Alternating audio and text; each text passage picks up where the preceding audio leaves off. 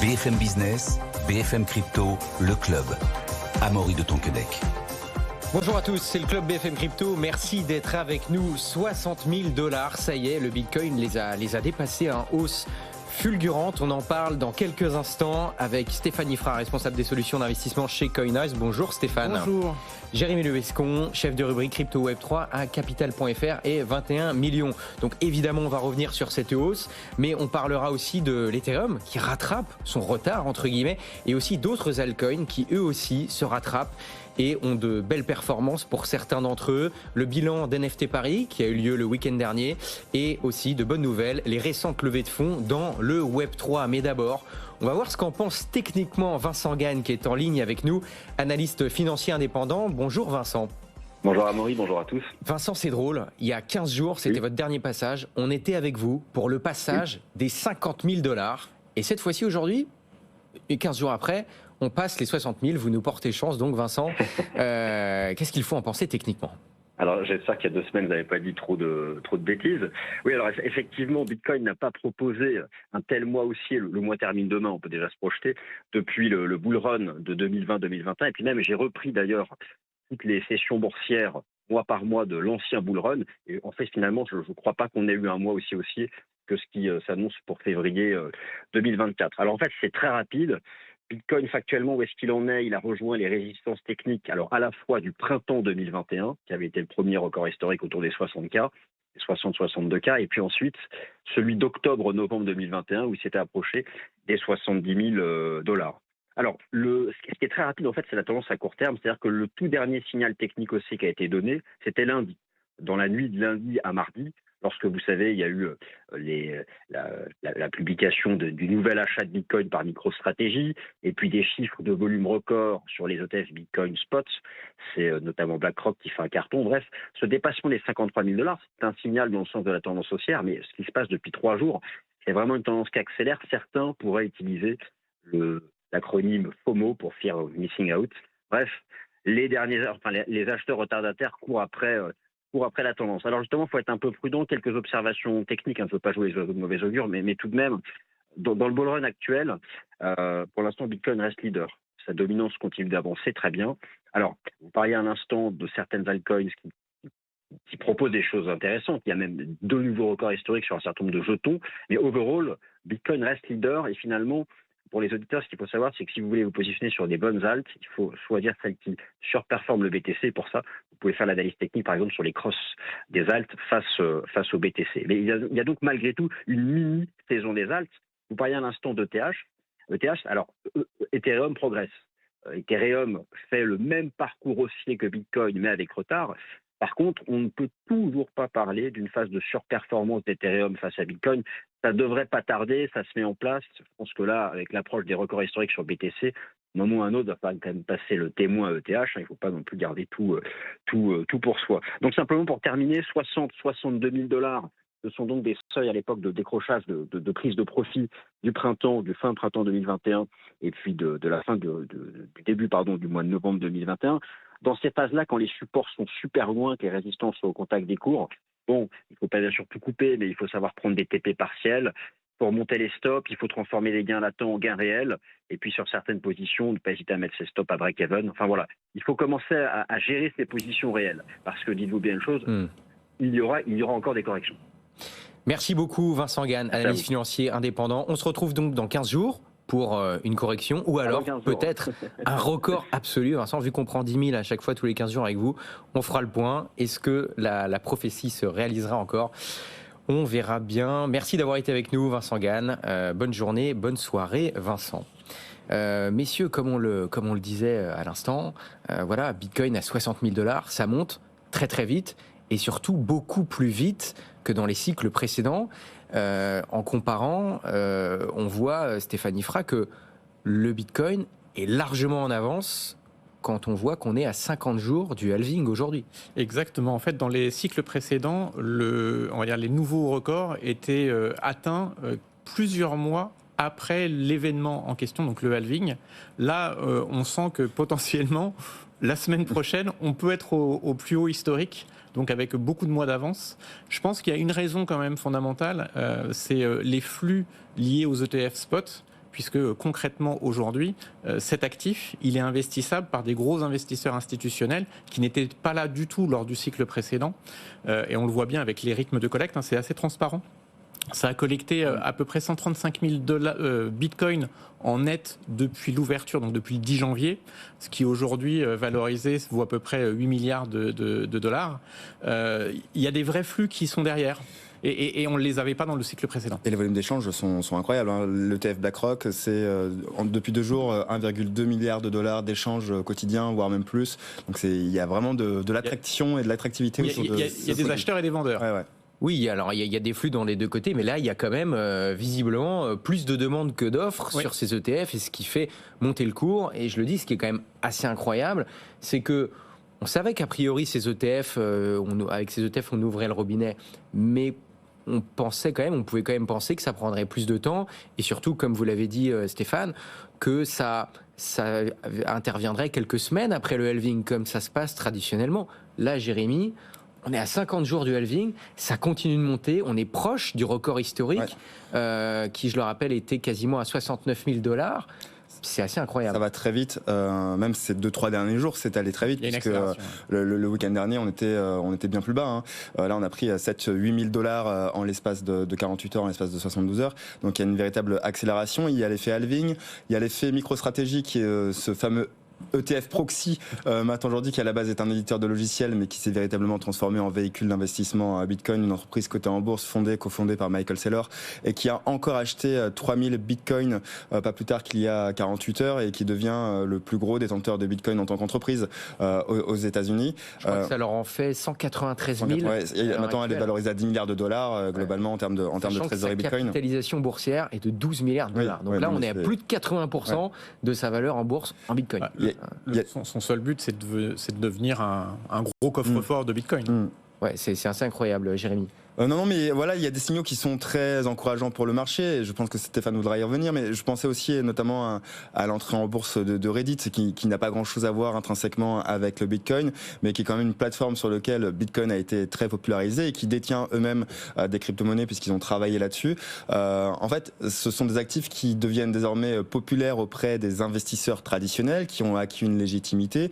Il y avait besoin aussi d'actifs liquides, et Bitcoin incarne mieux que d'autres, mieux que l'or même, cette caractéristique d'actifs liquides. Donc voilà, c'est normal c'est normal. Ça séduit là définitivement beaucoup d'investisseurs. Et c'est intéressant parce que d'ailleurs, quand il y a eu l'annonce de la bourse et Reddit, ils ont aussi annoncé en même temps qu'ils ont acheté du Bitcoin dans leur trésorerie, et pas que du Bitcoin, de l'Ethereum et aussi d'autres altcoins. Et ça, c'est une première, je crois, que des entreprises mettent dans leur trésorerie autre chose que du Bitcoin. Donc c'est aussi un phénomène intéressant. Stéphane, on a appris aussi, on a vu qu'il y avait une sorte de décollecte sur certains ETF or. Est-ce que finalement, il n'y a pas des gens qui vendent, qui se dépositionnent entre guillemets de leurs ETF or pour aller vers, selon certains, le nouvel or numérique qu'est le Bitcoin? C'est vrai que quand on regarde le cours de l'or, malheureusement, il ne fait pas grand-chose. Malgré le fait qu'il y ait quand même encore un petit peu d'inflation, malgré le fait qu'il y ait des anticipations de baisse de taux qui étaient intégrées par les marchés. Et donc, en général, l'or n'aime pas trop quand les taux sont élevés. Il y a une sorte de coup de portage associé. Tout ça fait que, finalement, en une journée sur le Bitcoin, potentiellement, vous pouvez gagner une année de gain sur l'or. Là, ces dernières heures, le Bitcoin s'envole seul. Exactement. Voilà. Donc c'est vrai que l'actif or, on va dire, sur lequel tout le monde se repose, parce que historiquement, c'est un actif qui a traversé les siècles et les siècles, finalement, je ne dis pas qu'il est en train d'être supplanté par l'actif Bitcoin, je pense qu'il ne faut pas non plus aller trop vite, mais il faut se poser la question. C'est quand même un actif de réserve digital, le Bitcoin, là où l'or, ça reste un actif de réserve, mais physique, c'est un peu plus compliqué de stocker ces lingots d'or. Tout bête. Voilà, puis ce qui est intéressant, c'est que l'or, on a 6000 ans de recul, et on en parlait, on a organisé un débat cette semaine dans l'émission, c'était lundi, à retrouver en replay avec Jean-Marc Daniel et Nathalie Janson. On comparait un petit peu or et Bitcoin, le comparatif entre ces deux actifs, voir quelle serait la meilleure valeur refuge, et on voit que ils ne sont en concurrence, entre guillemets, que depuis 15 ans. Oui. L'or n'avait jamais connu, technologiquement parlant, un autre concurrent aussi sérieux que le Bitcoin, quoi qu'on en pense aujourd'hui. Il y a une caractéristique qui est très appréciable chez Bitcoin, on oublie souvent de le préciser, c'est aussi que Bitcoin est facilement auditable. C'est un ledger qui est transparent, contrairement à l'or, qui est manifestement un actif tangible certes, mais qui est aussi un actif papier. Et il est vrai qu'il est plus difficile d'auditer les véritables réserves d'or, l'or en circulation, contrairement à Bitcoin. C'est pourquoi Bitcoin, en termes d'actifs de confiance, même s'il est encore très jeune, peut représenter une alternative très intéressante pour les investisseurs. Et puis on peut le transporter beaucoup plus simplement. Tout à fait. Effectivement, il y a pas mal de points communs, mais aussi de différences entre les deux actifs. Donc voilà, on a fait le point sur tout ça dans une émission qui a été en direct lundi dernier à 15h, à retrouver en replay pour ceux que ça intéresse. Stéphane, le Bitcoin monte, mais pas que. L'Ethereum est aussi en train de rattraper son retard. On voit aussi quelques altcoins qui se réveillent. D'abord l'Ethereum, qu'est-ce qu'on peut dire sur cette hausse ? Alors déjà, un point important, le jour de l'annonce du lancement des ETF spot sur le Bitcoin, dans les 3 jours qui ont suivi, l'Ether a pris plus de 20% de plus que Bitcoin.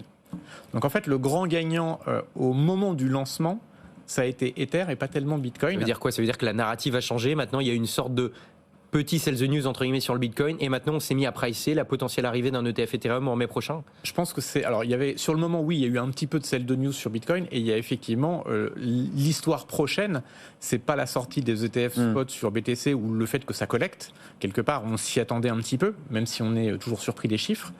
L'histoire prochaine à jouer, c'est la sortie des ETF spot sur Ether. Or, de manière assez pragmatique, si on regarde, c'est quoi les éléments qui feraient que ça ne pourrait pas sortir ?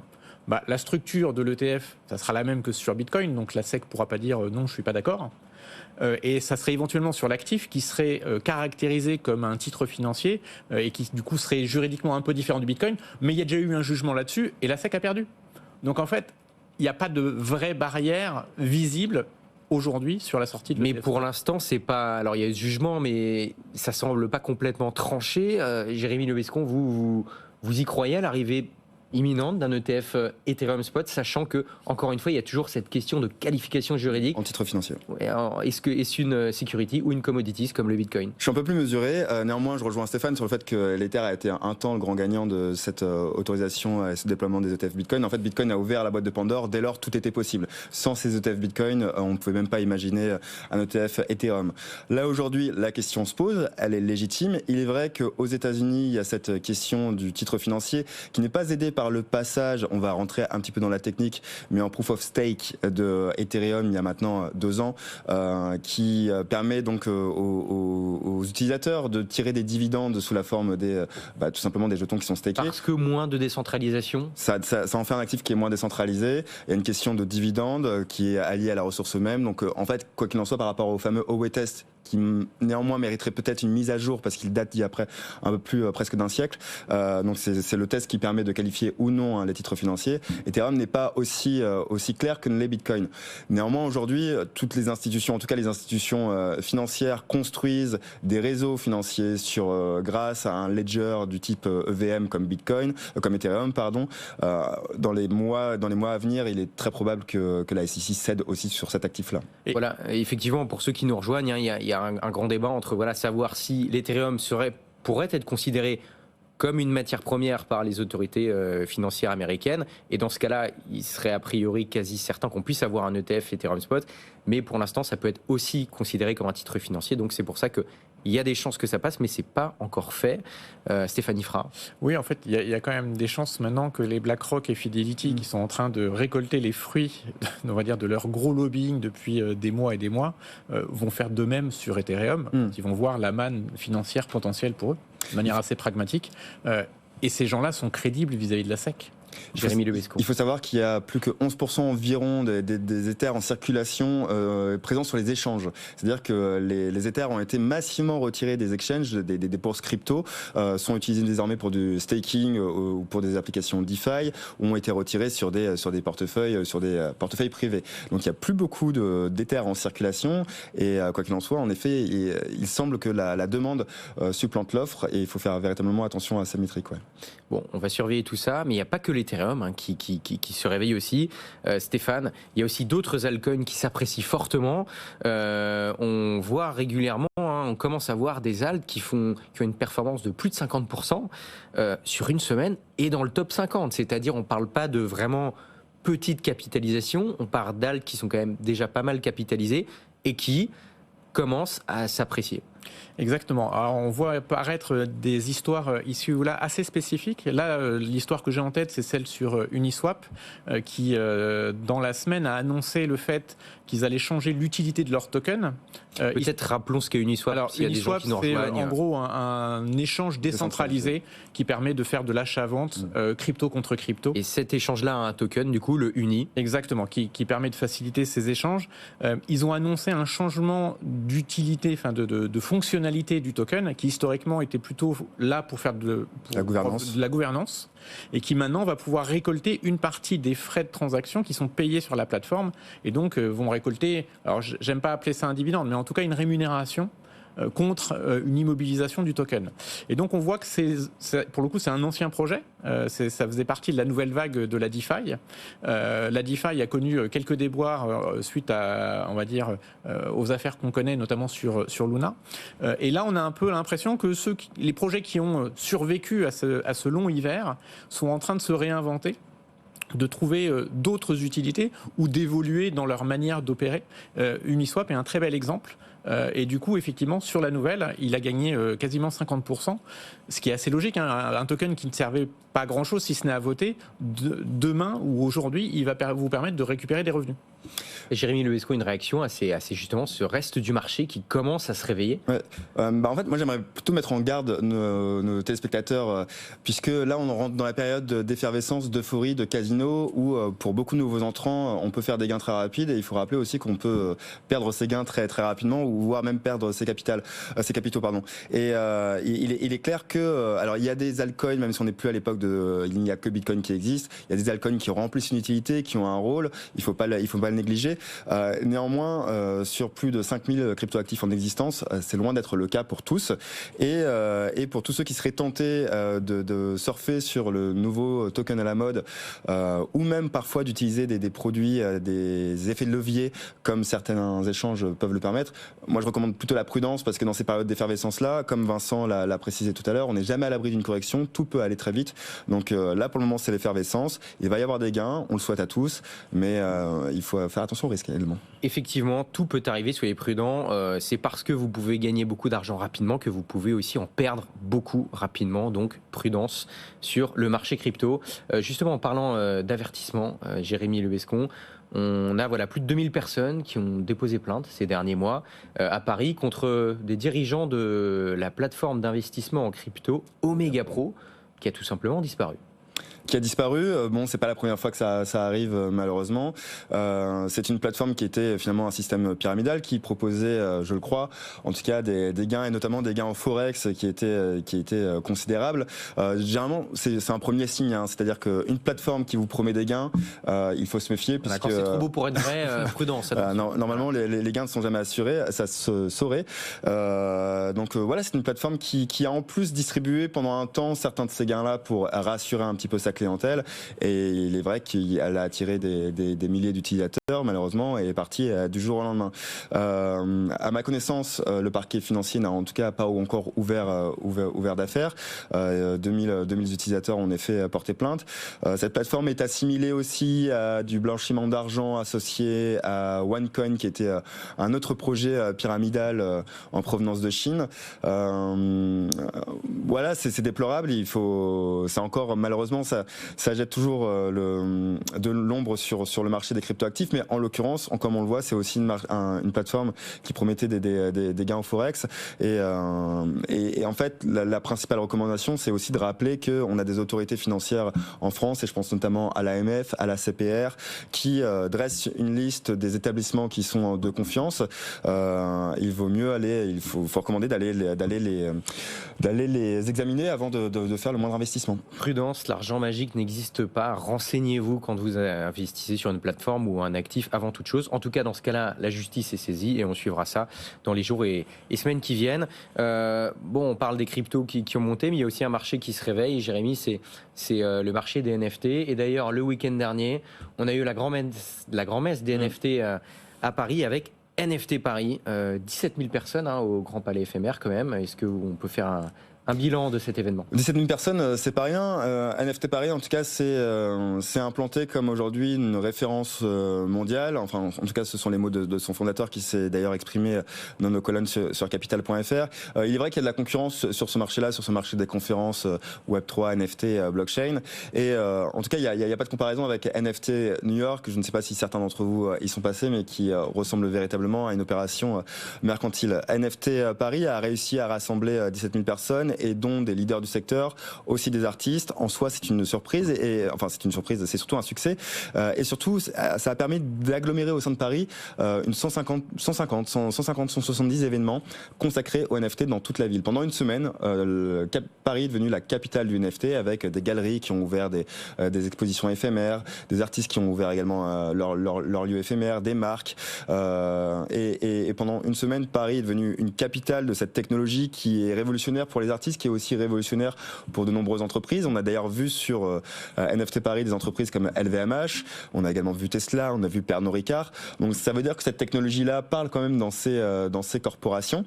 À voir la suite également, puisque Alexandre Tsilenkov, le cofondateur, a des ambitions d'en faire une sorte de South by Southwest parisien. Quoi qu'il en soit, en tout cas, ça donne de l'espoir pour ce secteur qui a quand même beaucoup morflé, il faut le dire, au cours de ces 2 dernières années, notamment en raison du marché crypto, puisque les deux sont quand même relativement corrélés. Pour le moment, ce marché d'ailleurs des NFT n'a pas encore repris autant de couleurs et n'a pas encore les mêmes liquidités qu'il y a sur le marché crypto. Peut-être qu'il faut s'attendre d'ailleurs par la suite à un déferlement de ces liquidités-là. Justement, pour finir sur le marché, Stéphanie Fra, donc on voit que les NFT reprennent doucement, mais bon, on n'a pas repris autant de couleurs, Jérémy vient de le dire, que le Bitcoin. Dans les cycles précédents, on avait Bitcoin qui monte, puis Ethereum, puis le reste des altcoins. C'est ce qui est en train de se passer là. A priori, est-ce que ce prisme-là est en train de se répéter pour ce cycle? Alors, souvent, les meilleures projections, on observe ce qui s'est passé avant. C'est en général là-dessus que se basent la plupart des analystes. Effectivement, quand on regarde un peu le mécanisme, l'argent, il arrive sur le Bitcoin. Pourquoi ? Parce que c'est la vitrine. C'est ce qui rassure les gens. Une fois que l'argent il est investi sur du Bitcoin, à un moment donné, on se dit qu'est-ce que je vais en faire ? Le Bitcoin a pas mal monté. Est-ce que je peux investir ailleurs ? Et c'est à ce moment-là qu'en fait, vous revendez une partie de votre Bitcoin pour acheter d'autres choses. Et dans le cadre des cryptos, vous achetez pas des actions avec votre Bitcoin, mais vous allez plutôt acheter d'autres cryptos. Et c'est comme ça qu'on peut expliquer, on va dire, le cycle des all season qui arrive souvent en décalage par rapport au Bitcoin. Le Bitcoin, c'est vraiment celui qui attire les flux extérieurs, on va dire, en euros ou en dollars. Et ensuite, ça se déverse côté altcoin et Ether. Là, je pense qu'effectivement, on devrait avoir Ether. Alors moi, je tiens à ma dynamique sur au moins sur la spéculation de la sortie de l'ETF spot sur Ether. Mais je pense qu'il ne faut pas négliger les autres altcoins. Je ne pense pas qu'il y ait une grosse décorrélation entre Ether et les autres altcoins. Je pense que c'est un groupe qui a historiquement pas mal bougé ensemble. Et on l'a vu en fin d'année dernière. Il y a eu un gros rattrapage des altcoins, là où Ether était un petit peu plus fébrile, si je puis dire.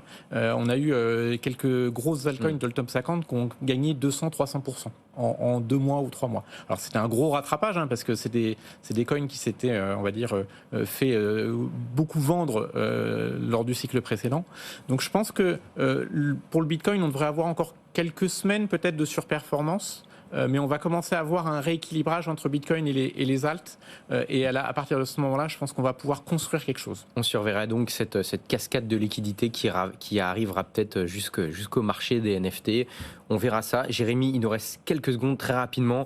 2 belles levées de fonds dans le Web3 récemment. Oui, pour l'entreprise Bolero que vous avez déjà accueillie sur BFM Business, qui permet de tokeniser des droits éditoriaux d'artistes musicaux et qui ensuite les revend à des particuliers ou aussi à des entreprises intéressé justement sur cette nouvelle classe d'actifs qui a levé 2 millions d'euros. On en a parlé dès samedi sur Capital. Et Playmakers, en quelques secondes, qui est une plateforme qui permet de vendre et de distribuer du contenu UGC pour les jeux vidéo, donc créé par les joueurs et qui vient de lever 1,4 million d'euros. Comme quoi, ça repart un petit peu après quelques mois aussi de morosité. Bien, voilà un peu de chaleur dans le marché crypto. Merci beaucoup d'avoir été avec nous, Jérémy Lebescon, chef de rubrique Crypto Web3 à Capital.fr et 21 millions, et Stéphane Ifra, responsable des solutions d'investissement chez Coinhouse. Merci de nous avoir suivis. Bonne journée, bonne soirée. À demain à 15h.